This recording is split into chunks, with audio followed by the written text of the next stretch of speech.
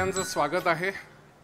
आपल्याला माहिती आहे प्राणप्रतिष्ठेचा सोहळा जवळ आला आहे आणि त्यानिमित्ताने आपण हे जे सगळे कार्यक्रम ठेवले आहेत याच्यात आजचा कार्यक्रम आहे अभि मुंडे यांचा। अभि मुंडे हे व्यक्तिमत्व आपल्याला सोशल मीडियावरती सायको शायर या नावाने ते प्रसिद्ध आहेत। लहानपणापासून म्हणजे वयाच्या 21व्या वर्षीपासून अनेक व्यक्तिरेखांवरती त्यांनी काव्यात्मक व्याख्यानाची सुरुवात केली। जसं त्यांनी पहिला विषय घेतला कर्ण, त्यानंतर संभाजीराजे, त्यानंतर आत्ताच्या परिस्थितीला धरून मर्यादा पुरुषोत्तम श्रीराम यांचाही व्यक्तिरेखा त्यांनी काव्यात्मक व्याख्यानातून आपल्यासमोर मांडली आहे। सोशल मीडियावर बरंच हे सगळं प्रचलित आहे आणि अनेक सोशल मीडियाचे जे मोठे मोठे चॅनल्स आहेत याच्यावरती अनेक ठिकाणी एक लल्लन टॉप नावाचा आहे, त्याच्यावरती त्यांचं बऱ्यापैकी आपल्याला सगळ्या व्यक्तिरेखांच्या चर्चा पाहायला मिळतील। अशा तऱ्हेचं हरहुन्नरी व्यक्तिमत्व आपल्यासमोर आहे। आपण एकदा जोरदार टाळ्या वाजवू।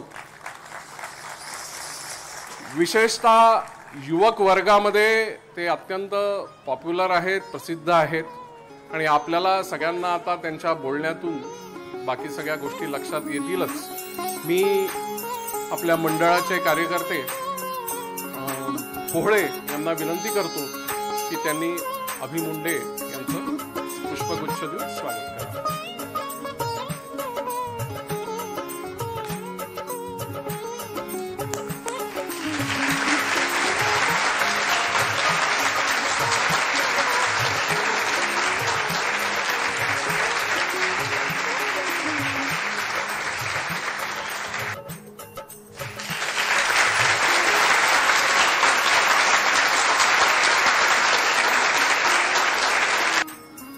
यानंतर अभि मुंडे मी यांना विनंती करतो की त्यांनी आपला कार्यक्रम सुरू करावा।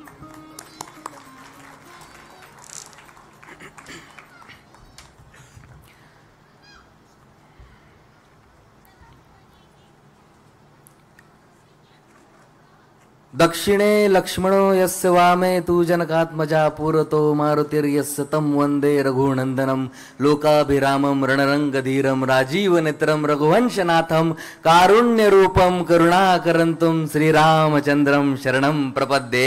बोलो सियापति रामचंद्र की, पवनसुत हनुमान की। आई राजा सदानंदीचा येळकोट येळकोट। कारसेवक अजूनही आहेत नाही का? तर प्रथमतः दक्षिणामूर्ती परिसराचं खूप धन्यवाद की महाराष्ट्रात पहिल्यांदा माझ्या कवितेची दखल जर कोणी घेतली आहे तर नागपूरकरांनी घेतली आहे।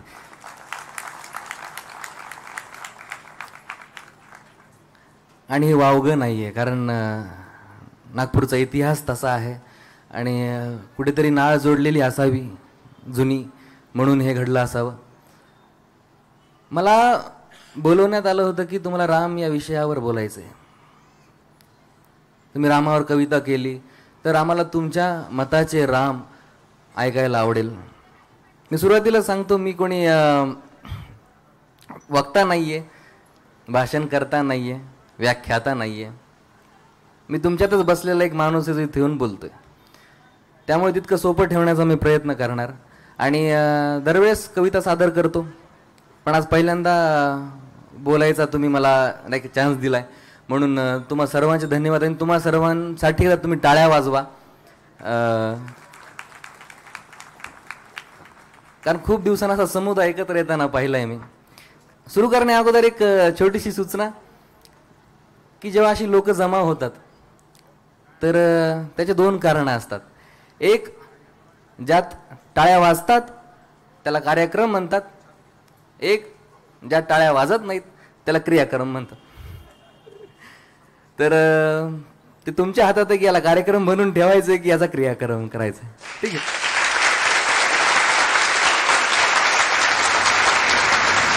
आणि दुसरी गोष्ट कशी, कवितेचा कार्यक्रम म्हणलं की शक्यतो लोक कानावेळा करतात, लोकांना तेवढं ते फार रुचकर वाटत नाही। आणि तुमची चूक नाहीये, ही चूक कुठेतरी आम्ही कवी लोकांनीच करून ठेवलेली आहे।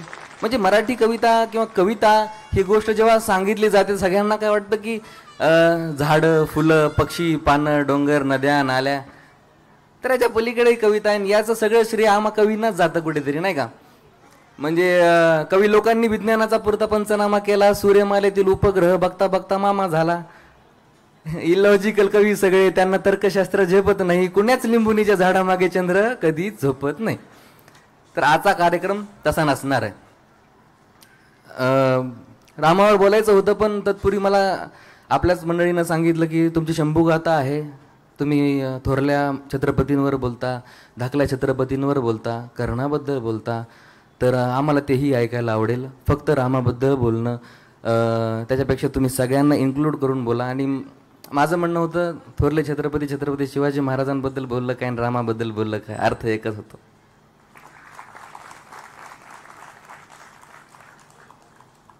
कारण जेव्हा शंभूगाथा लिहित होतो तेव्हा एक गोष्ट जाणवली की रामाच्या किंवा राम या शब्दाच्या सगळ्यात जवळचं पात्र जर आजपर्यंत आपण इतिहासात पाहिलं असेल तर ते फक्त मला जाणवली म्हणजे छत्रपती शिवाजी महाराज.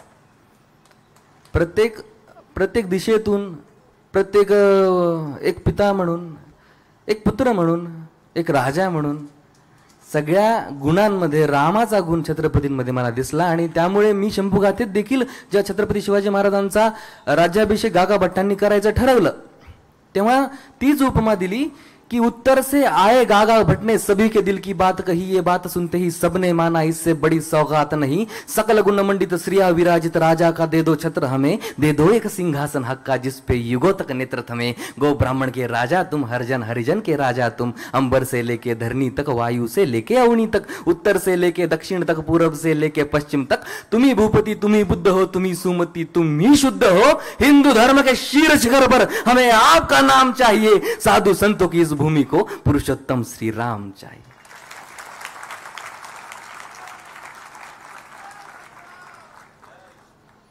कुठेतरी ते जाणवलं म्हणून ते लिहिलं. आणि जे राम मी तुमच्या समोर मांडायला आलोय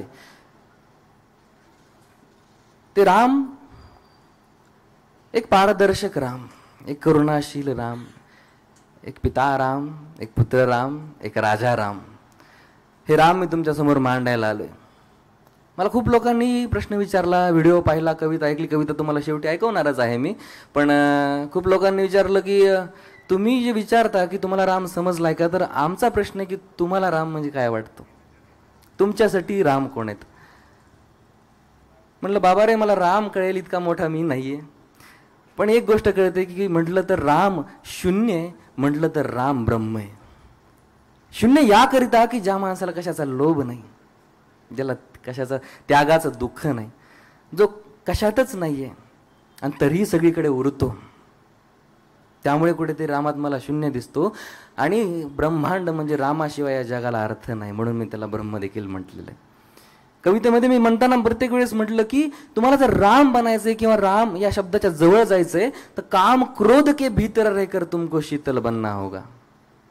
ही जी वासना आहे, हे जे काम आहे, आजूबाजूला जे सगळं दिसतंय तुम्हाला, याच्यामध्ये तुम्हाला राहावं लागतंय. तुम्ही कलियुगात राहताय. काम क्रोध के भीतर रहकर तुमको शीतल बनना होगा, बुद्ध भी जिसकी छाव में बैठे वैसा पीपल बनना होगा. बनना होगा ये सब कुछ और वो भी शून्य में रहकर प्यारे, तभी तुमको पता चलेगा थे कितने अद्भुत राम हमारे. मी त्या कवितेला सुरुवात करणार आहे, पण जशी आपली फरमाईश होती थोडंसं आपल्या रामाच्या वक्तव्याला खंडन करून संभाजी महाराज तुमच्यासमोर ठेवण्यासाठी मला सांगितलं होतं, ते एकदा तुमच्यासमोर मांडतो आणि परत आपण राम या विषयाकडे येऊ. चालेल? होतं काय की जेव्हा श्रीकृष्ण आणि राम यांची प्रतिभा घेतल्यानंतर काय होऊ शकतं, तर याचं उदाहरण म्हटल्यानंतर मला महाराष्ट्रात दोनच नावं दिसतात. एक छत्रपती संभाजी महाराज, एक छत्रपती शिवाजी महाराज. संभाजी महाराज लिहिताना जाणवत होतं की मी कर्ण वाचलेला आणि वाचत होतो कर्ण आणि दिसत होते मला संभाजी महाराज. लिहित होतो कर्ण आणि जाणवत होते संभाजी महाराज. इतकं कसं साम्य असू शकतं? जेव्हा कर्ण लिहिला होता तेव्हा एक गोष्ट जाणवली की जेव्हा रुद्र जन्माला येतात तेव्हा सगळं जग त्यांच्या विरोधात उभं असतं. त्यांच्यासोबत जर काही उभं असतं तर फक्त ही कुदरत, हे जे निसर्ग आहे हे त्यांच्यासोबत मला उभं राहताना दिसलं. त्यामुळे सुरुवात की मी कर्णाकडनं केली होती की त्या रात्री जेव्हा कर्ण जन्माला आला तेव्हा काय झालं असेल कि कड़कड़ कर विध्वंस मचाते उतरे सारे वज्र धरा पर, सरसर गिरती वर्षा पहुंची जैसे तैसे वसुधा के घर, तीनों लोक में मच गई हलचल, समय ही ऐसा गुजरा था, माँ जमुना भीतर एक बालक सूरज बनकर उतरा था. इतिहास का जो काला पन्ना सबने मिलकर फाड़ दिया, धर्म के नीचे योद्धा को एक अधर्मी कहकर गाड़ दिया, गाथा ये उस वीर की जिसके रोम रोम में दिनकर हो, जिसे दाह मिला जीवन भर जैसे बेलपत्र बिन शंकर हो. लिहित होतो कर्ण, दिसायला लागले संभाजी महाराज. कारण रुद्र जन्माला घालणं ही पहिली गोष्ट सोपी गोष्ट नाहीये. कारण रुद्र जन्माला घालायचं काम आजपर्यंत दोघांना जमलंय, एक त्या शिवाला आणि एक या शिवबाला. त्यामुळं कुठेतरी महाराज लिहिताना जाणवत होतं की जर मला रामाच्या आणि कृष्णाच्या नीतीला कुठेतरी जस्टिफिकेशन म्हणूया ते द्यायचं असेल तर मला पहिले ह्यांच्या चरित्रावर जे डाग लागलेत, छत्रपतींच्या चरित्रावर जे डाग लागलेत ते पुसायला पाहिजेत. कारण त्यांनं रामात आणि कृष्णामध्ये श्रद्धा ठेवली होती. म्हणून मी जेव्हा जेव्हा शंभूगाथा तुमच्यासमोर ठेवतो किंवा थोडक्यात ठेवण्याचा प्रयत्न करतो, मी बाकीच्या गोष्टी कधीच सांगत नाही, ज्या सगळ्या गोष्टी सगळ्यांना माहीत आहेत. मी फक्त तो एक संदर्भ सांगतो की ज्या संदर्भामध्ये तुम्हाला समजून येईल की छत्रपती संभाजी महाराज यांचं कर्तृत्व काय होतं. 23 वर्ष औरंगजेबाला ते हाती लागले नव्हते. एकदा आग्र्याच्या सुटकेवरून आणि एकदा थेट फितुरी केल्यानंतर. तर ते नजरेचे द्वंद्व आहे. पहिल्यांदा जेव्हा औरंगजेब आणि संभाजी महाराज आमने सामने येताना दिसले, तिचे द्वंद्व होतं. तेव्हा काय नेमकं घडलं असेल, बघायला तुम्ही तिथे नव्हतात, बघायला मीही तिथे नव्हतो, नाही का. पण एका कवी मनाने विचार केला आणि तो एक सीन, ती एक घडलेली जी गोष्ट आहे ती समोर ठेवण्याचा तुमचा प्रयत्न केला की 23 साल पश्चात संभाजी औरंग के सामने पेश हुए. लक्ष देऊन ऐका, तुम्हाला कदाचित ते जाणवेल, ते दिसेल, आणि दिसलं तर नक्की बघा की 23 साल पश्चात संभाजी औरंग के सामने पेश हुए, नजारे का इस लुत्फ उठाने मुगलजादे खामोश हुए. 100% यकीन था सबको संभाजी घुटने टेकेगा, जहांपना के कदमों में अपना राज मुकुट वो फेंकेगा. पर औरंगजेब ही जानता था ये गर्दन नहीं झुकने वाली, बाप की भांति लड़ेगा जब तक धड़कन नहीं रुकने वाली. अब सोचो तुम मौजूद वहां हो संभाजी औरंग के सामने, कांप उठेगा बदन तुम्हारा इन नजरों की जंग के सामने. फतवाए आलमगीरी एक तरफ और दूजी ओर सियासत आवाम, एक सिखाता शरीयत सबको दूजे को हर धर्म समान, एक की शानो शौकत मतलब एक चौथाई विश्व आवाम, एक की दौलत इतनी ही बस बुद्ध कृष्ण सा जीवन ज्ञान. एक ने बदले धर्म कईयों के गर्दन पर रखकर शमशीर, एक ने सबको यही बताया हर मजहब की एक तमीर. अब तुम ही चुनो इन दोनों में से कहां पे धागे कच्चे हैं, औरंग गलत या संभाजी ये तो हर कोई पूछे है. तभी संभाजी के करीब आकर पूछे कुछ औरंग ने सवाल, लूट कहां रखी है संभा. हम सोच सोच कर हुए बेहाल. और हाँ चल ये भी बता दे कौन थे काफर अब तक जो तुझसे मिले हुए. हम पूछ पूछ के थक गए देख, पर सभी के मुंह यहां सिले हुए. संभाजी की नजर उठी तब होठों पे मुस्कान लिए, पैदा ही हम रुद्र हुए हैं हाथों पे अपनी जान लिए. मेरे बाप के पैरों में है दौलत, जा जाकर उसे तो हासिल कर. काय म्हटले संभाजी महाराज कि मेरे बाप के पैरों में है दौलत, जा जाकर उसे तू हासिल कर, और इसी बहाने कदम छू लेना पर पहले खुद को उस काबिल कर. और रही बात तेरे दूजे प्रश्न की, तो हम मिट्टी से बेईमान नहीं, अपनों की जान में अपनी जान, हम तुझ जैसे हैवान नहीं. चिडला औरंगजेब, चिडणारच.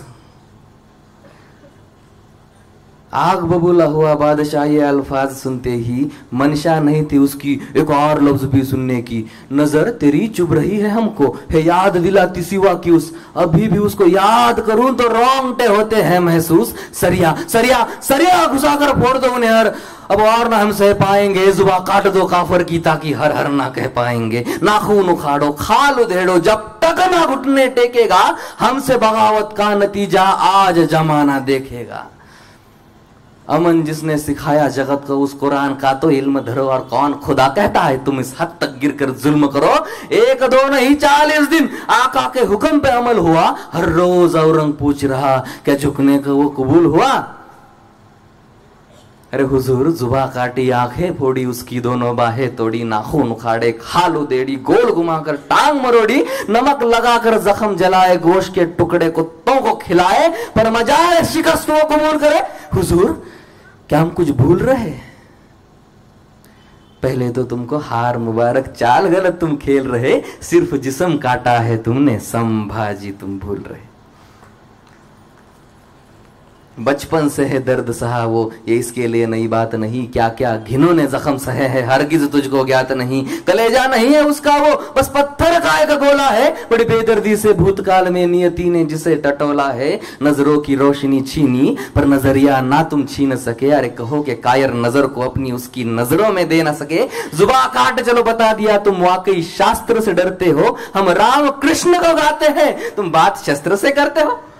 इतनी आयतें पढ़कर भी मुगलों के पल्ले पड़ा नहीं, इतिहास खुद एक सबूत है, शस्त्र शास्त्र से बड़ा नहीं। आखिर सर कलम का हुक्म सुना वो खुद के घमंड को मार गया, आलमगीर मुइनुद्दीन मोहम्मद संभाजी से हार गया।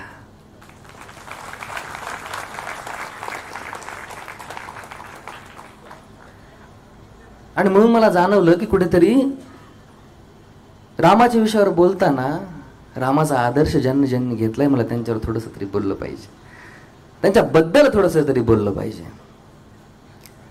बाकी कविता तुमच्या समोर ठेवणार आहे, पण त्याच्या मागची एक पार्श्वभूमी सांगतो की वारकरी संप्रदायातला खूप लोकांनी मला विचारलं की तू कविताच का केली, तू भाषणही करू शकला असता, तू काहीतरी गद्यातही लिहू शकला असता, तू पद्य तू कविताच का निवडलीस? म्हटलं बाबा हो, आपला इतिहास म्हणजे कविता आहे। हा महाराष्ट्र तुकोबारायांचा महाराष्ट्र आहे, हा महाराष्ट्र ज्ञानोबारायांचा महाराष्ट्र आहे, चोखांचा महाराष्ट्र आहे, शाहिरांचा महाराष्ट्र आहे, फुल्यांचा महाराष्ट्र आहे। महाराष्ट्रामध्ये कविता लिहिली जात नाही, महाराष्ट्र जिता जागता कविता संग्रह आहे, म्हणून मी कविता लिहिली म्हटलं।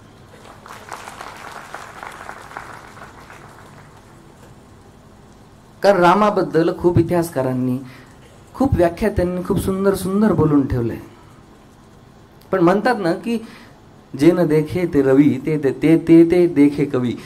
तर कुठेतरी मला जाणवायला लागलं जेव्हा कवितेचा अभ्यास वाढत राहिला, तेव्हा जसं की समजा छत्रपती शिवाजी महाराज असतील, त्यांच्या युद्ध पातळीवर, त्यांच्या युद्धाच्या कौशल्यावर खूप बखरकारांनी, खूप इतिहासकारांनी खूप सुंदर प्रकारे काय काय लिहून ठेवलं, आणि ते अजूनही पाहिलं तर हुरूप येतं, वाचलं तर हुरूप येतं। पण उत्तरेतून जेव्हा एखादा कवी येतो आणि राजाच्या कौतुकासाठी म्हणतो कि साजी चतुरंग सैन अंग में उमंग धारी सरजा शिवाजी जंग जीतन चलत है, भूषण भनद नाद बिहद नगारन के नदी नद मद गैर बन में रलत है, आयला बैला खायला पैला खाला कमे गायला गायला गजन की ठायला पैला सैल उसलत है, थारा सो तरने दूरी धारा पे लगत जी में थारा पर पारा पारावार जो हलत है, तेव्हा वेगळंच स्वरूप येतं।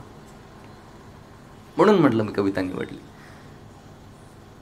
कारण कुठेतरी घरामध्ये संप्रदाय होता, घरामध्ये रामकृष्ण हरी होतं, आणि जे रामकृष्ण हरी मी लहानपणापासून ऐकत आलोय, त्यातल्या राम शब्दाचा अर्थ मला थोडासा बदलताना दिसायला लागला। मी प्रत्येकाला एकच गोष्ट म्हणतो की रामाच्या करुणेवर राम या शब्दाचा अर्थ अवलंबून आहे। चुकून रामाच्या पायाखाली मुंगी आली तर डोळ्यात पाणी यायचं, इतका करुणाशील राम होते।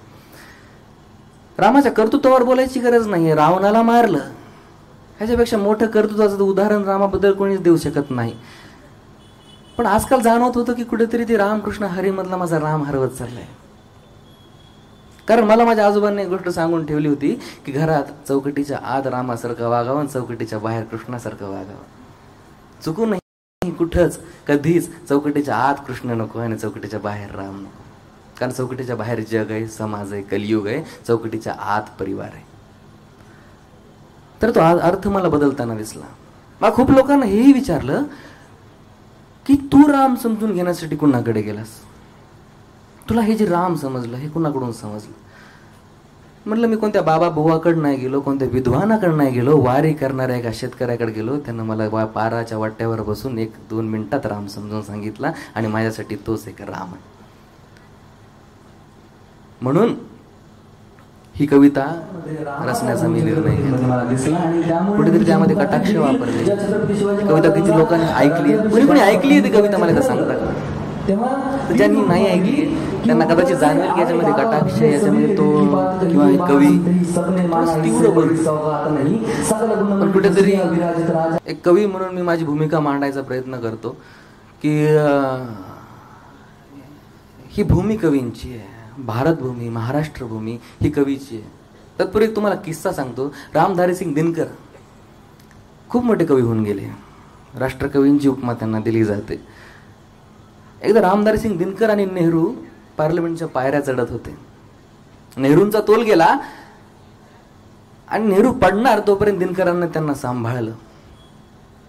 नंतर ते दोघं जाऊन खुर्चीवर बसले. नेहरू म्हटले, दिनकर साहेब आम्हाला धन्यवाद की तुम्ही आम्हाला पडण्यापासून वाचवलं. तेव्हा दिनकरांचं उत्तर होतं, जब जब सियासत डगमगाती है तो उसको साहित्य ही आधार देता है. आणि कुठेतरी हे कवी म्हणून किंवा साहित्याच्या समुद्रामध्ये कुठेतरी ओंजळीमध्ये एक थेंब घेण्याचा प्रयत्न म्हणून मी राम लिहिण्याचा प्रयत्न केला. आणि आता ती कविता विश्लेषणासकट तुमच्या समोर मी ठेवण्याचा प्रयत्न करतो. कविता सुरू कुठून करायची हा मोठा प्रश्न होता मला. पण झोपलेल्या माणसाला हलवून जाग केल्याशिवाय त्याला जाग येत नाही, आणि झोपण्याचं सोंग घेणाऱ्याला जाग होता पण येत नाही. त्यामुळे मी सुरुवातच अशी केली की हात काट कर रख दूंगा, एक नाम समझ आ जाए तो कितनी दिक्कत होगी पता है, राम समझ आ जाए तो. भाई राम राम तो कह लोगे पर राम सा दुख भी सहना होगा. पहली चुनौती ये होगी कि मर्यादा में रहना होगा. और मर्यादा में रहना मतलब कुछ खास नहीं कर जाना है, बस त्याग को गले लगाना है और अहंकार जलाना है. अब अपने राम लला के खातिर इतना ना कर पाओगे और शबरी का जूठा खाओगे तो पुरुषोत्तम कहलाओगे.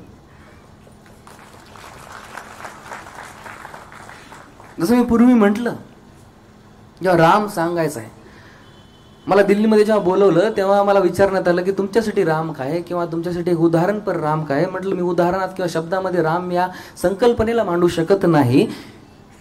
रामाबद्दल मला बोलायचं असलं किंवा उदाहरण द्यायचं असलं तर मी हातावर एक काचाचा गोळा पकडतो, ज्या गोळ्याला कुठं डेंट म्हणूयात आपण, आपल्या इंग्लिश आपले कुठं ना कुठं बाहेर निघते, आम्ही सेमी इंग्लिशचे विद्यार्थी आहेत नाही. तर डेंट नाही आहे, जो पारदर्शी आहे, जो पूर्णपणे गोल आहे, मला त्यात राम दिसतो.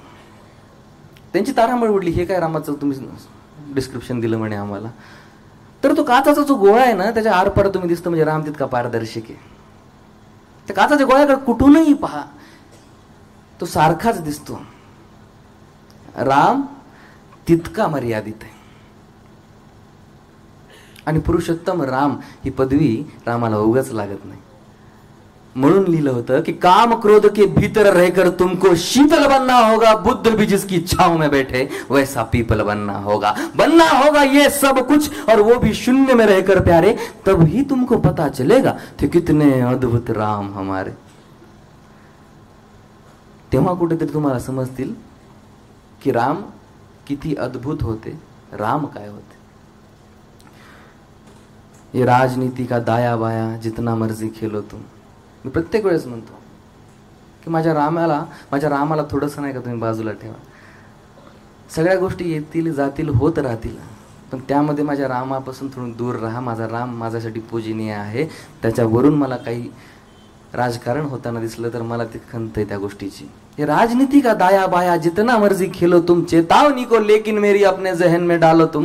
निजी स्वार्थ के खातिर अगर कोई राम नाम को गाता हो तो खबरदार अगर जुर्रत की और मेरे राम को बांटा तो. भारत भू का कवि हूं मैं तभी निडर हो कहता हूं, राम है मेरी हर रचना में, मैं बजरंग में रहता हूं. भारत की नींव है कविताएं और सत्य हमारी बातों में, तभी कलम हमारी तीखी और साहित्य हमारे हाथों में. तो सोच समझ कर राम कहो तुम, ये बस आतिश का नारा नहीं, जब तक राम हृदय में नहीं तुमने राम पुकारा नहीं। राम कृष्ण की प्रतिभा पर पहले भी खड़े सवाल हुए, ये लंका और ये कुरुक्षेत्र यूं ही नहीं थे लाल हुए। वैसे पता है तुमको क्या है राम? आणि हा एक प्रश्न विचारला तेव्हा ते 4 गोष्टी रामाच्या बाबतीत त्याच्या व्यतिरिक्त जेव्हा काही विचारलं तर सांगताना तारंबळ उडताना मी पाहिली लोकांची. ऐकायला खोटं वाटेल पण मी ते पाहिलंय. राम, लक्ष्मण, भरत आणि शत्रुघ्न, सीता आणि हनुमंतराय ह्याच्या पलीकडले राम कुणाला वाचायचे नाही आहेत किंवा वाचण्यात नाही आले असं मला तेव्हा जाणवायला लागलं. ज्या वडिलांना मी विचारलं की रामायणामध्ये एक संदर्भ आलाय अहिल्याचा. अहिल्याला शाप होता, तिची शिळा झाली होती, ती पृथ्वीवर होती. राम वनवासाला गेले आणि त्या शापातून मुक्ती तिला तेव्हाच भेटणार होती जेव्हा रामाचे पाय त्या शिळेला लागणार होते, त्याचा जीव वापस येणार होता. वडिलांनी मला हे उदाहरण दिलं आणि वडिलांना मी विचारलं की आता याच्यामधून मी बोध काय देणार, कारण मी थोथंडाला थारा देत नाही. मला जादूटोण्यातले राम नको आहेत, मला जे हवेत ते अस्तित्वातले राम हवेत. वडिलांनी एक सुंदर उत्तर मला दिलं. त्यांचं म्हणणं एकच होतं की जोपर्यंत तुमच्या दगडरूपी बुद्धीला रामाचा स्पर्श होत नाही त्यात जीवन येणं शक्य नाही. तो एक उदाहरण मला त्यांना दिलं. अशी कितीतरी उदाहरणं रामाच्या अवतीभोवती आपल्याला रामायणामध्ये सापडतील. मला वाटते की ते कुठेतरी वाचण्याची गरज आहे. म्हणून मी लिहिलं होतं की पता है तुमको क्या है राम, या बस हाथ धनुष तर कश्मे बाण, या बन में जिन्होंने किया गुजारा, या फिर कैसे रावण मारा लक्ष्मण जिनको कहते भैया, जिनकी पत्नी सीता मैया, फिर ये तो हो गई वही कहानी, एक था राजा एक थी रानी, क्या सच में तुमको राम पता है या वो भी आकर हम बताए। बड़े दिनों से हूं यहाँ पर सब कुछ देख रहा हूं, कब से प्रभु से मिलने आया था मैं उन्हें छोड़कर मिला हूं सबसे, एक बात कहूं अगर बुरा ना मानो, नहीं तुम तुरंत ही क्रोधित हो जाते हो, पूरी बात तो सुनते भी नहीं सीधे घर पर आ जाते हो। ये तुम लोगों के नाम जपो में पहले सा आराम नहीं, इस जबरदस्ती के जय श्री राम में सब कुछ है बस राम में। अरे क्या है राम? प्रसन्न हंसना भी है और पल पल रोना भी है राम, सब कुछ पाना भी है और सब पाकर खोना भी है राम। ब्रह्मा जी के कुल से होकर जो जंगल में सोए हो, जो अपनी जीत का हर्ष छोड़ रावण की मौत पे रोए हो, शिव जी जिनकी सेवा खातिर मारुत रूप में आ जाए, शेष नाग खुद लक्ष्मण बनकर जिनके रक्षक हो जाए, और तुम लोभ क्रोध अहंकार छल कपट सीने से लगाकर सो जाओगे तो कैसे भक्त बनोगे उनके, कैसे राम समझ पाओगे। अघोर क्या है पता नहीं और शिव जी का वरदान चाहिए, ब्रह्मचर्य का इल्म नहीं और भक्त स्वरूप हनुमान चाहिए। भगवा क्या है क्या ही पता, लहराना सबको होता है, अरे भगवा क्या है वो जाने जो भगवा ओढ़ के सोता है। राम से मिलना राम से मिलना राम से मिलना है ना तुमको, निश्चित मंदिर जाना होगा पर उससे पहले भीतर जा संग अपने राम को लाना होगा।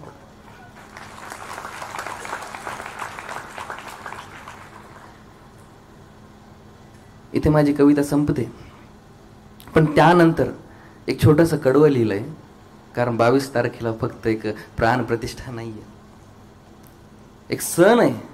आणि मला त्या सणाचं जेव्हा मेजरमेंट एकानं विचारलं, मी म्हटलं 100,000 दिवाळ्या एकत्र कर आणि ते एका दिवसामध्ये ठेव, तेव्हा मला जे जाणवेल तो म्हणजे 22 तारखेचा सण आहे आपला. म्हणून कुठेतरी त्या सणाबद्दल मी लिहितो. पण त्याच्या अगोदर लोकांना विचारलं की ही जी रामाची भूमिका तू मांडलीस, या भूमिकेमध्ये तू कोणतं पात्र आहेस, तू कोण आहेस, तू कोण आहेस जो आम्हाला सांगतोयस की रामाची पूजा कसा करावी, रामाची आराधना कशी करावी. मी म्हटलं मी आजचा नाहीये, मी त्रेत्यामधून आलोय, मी रामराज्य पाहिलंय, म्हणून तुमच्या समोर ठेवतो ही गोष्ट. कि सोच रहे हो कौन हूं मैं, चलो बता ही देता हूं, तुमने ही तो नाम दिया था मैं पागल कहलाता हूँ, नया नया हूँ यहाँ पे तो ना पहले किसी को देखा है, वैसे तो हूँ त्रेता से मुझे कृष्ण ने कलयुग भेजा है. कि बात वहां तक फैल गई है, यहाँ कुछ तो मंगल होने को है, कि भरत से भारत हुए राज में सुना है राम जी आने को है. बड़े भाग्यशाली हो तुम सब. नहीं, वहां पे सब यही कहते हैं कि हम तो राम राज्य में रहते थे पर तुम सब में राम रहते हैं. इसीलिए आखिरी की 4 पंक्तियां आपके सामने रखता हूं और आपसे विदा लेता हूं कि अवधपुरी का उत्सव है, अवधपुरी का उत्सव है, कोई कसर नहीं, सब खूब मनाना, मेरे प्रभु है आने वाले, रथ को उनके खूब सजाना, वो द्वापर में कोई राह तके है, मुझे उनको लेने जाना है, चलिए तो फिर मिलते हैं, बाकी हमें भी अयोध्या आना है। जय श्री राम।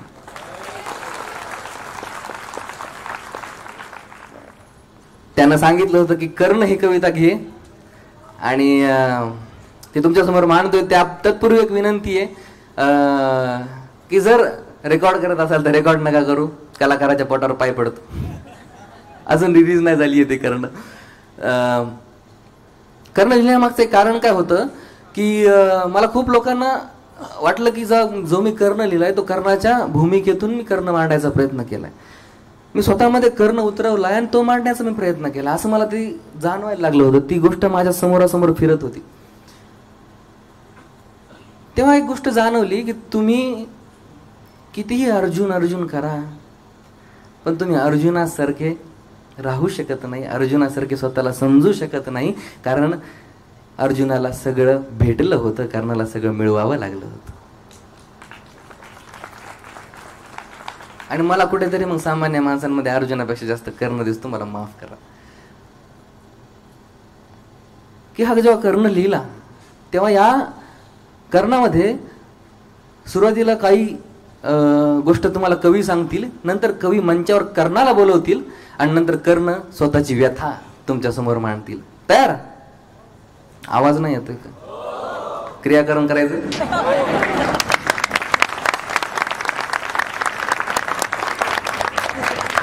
जसं मी तुम्हाला सांगितलं की जेव्हा असे रुद्र जन्माला येतात, जेव्हा असे शूरवीर जन्माला येतात, तेव्हा सगळं जग त्यांच्या विरोधात असतं, माय बाप सगळे विरोधात असतात, पण काही जर त्यांच्या सोबत असतं तर ती फक्त निसर्ग त्यांच्या सोबत असतो। एवढं सगळं होऊन देखील यमुनेने कर्णाला बुडू दिलं नाही। ती रात्र कशी होती, ती रात्रीकडे एकदा तुम्ही लक्ष द्या।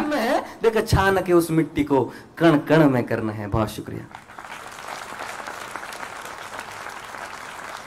परत एकदा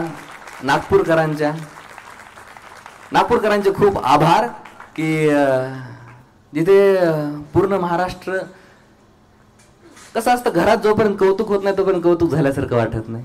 बाकी दिल्लीपर्यंत गोष्ट पोहोचली, मला त्याचं कौतुक नव्हतं, पण कुठेतरी महाराष्ट्रात कोणता जिल्हा दखल घेतोय, सगळ्यात पहिले कोणता जिल्हा दखल घेतोय हे मला पाहायचं होतं आणि नागपूरकरांना करून दाखवलं। खूप धन्यवाद। धन्यवाद अभिमुंडेजी। आपण आत्ताच ऐकलं त्याच्यातून आपण निष्कर्ष एवढाच काढू की फक्त जय श्रीरामची घोषणा आणि भगवे ध्वजच नाही, तर आपल्या जीवनामध्ये कुठे कुठे रामाच्या आदर्शावर चालण्याचा प्रयत्न आपण करू शकतो। राम तर बनू शकत नाही, पण रामाच्या जीवनातल्या काही गोष्टी तरी आपण स्वीकारून अंगीकारून आपल्या जीवनाची वाटचाल करू, असा जरी प्रयत्न केला तरी आजचा कार्यक्रम सफल झाला असं आपण समजूया। थोड्याच वेळात सर्वप्रथम अभि मुंडे यांचे खूप खूप आभार, ते या ठिकाणी आले आणि एक जोशपूर्ण आपल्यासमोर व्याख्यान काव्यात्मक असं ठेवलं, त्याबद्दल त्यांचे खूप खूप आभार, खूप खूप धन्यवाद। थोड्याच वेळात आता कार्यक्रम संपलाय, परंतु आपण जिथे आहात तिथेच बसून राहा। आपल्याजवळ आजचा जो प्रसाद आहे तो प्रसाद आपल्यापर्यंत पोहोचेल, तो आपण स्वीकारावा आणि मगच इथून आपलं स्थान सोडावं ही विनंती। धन्यवाद।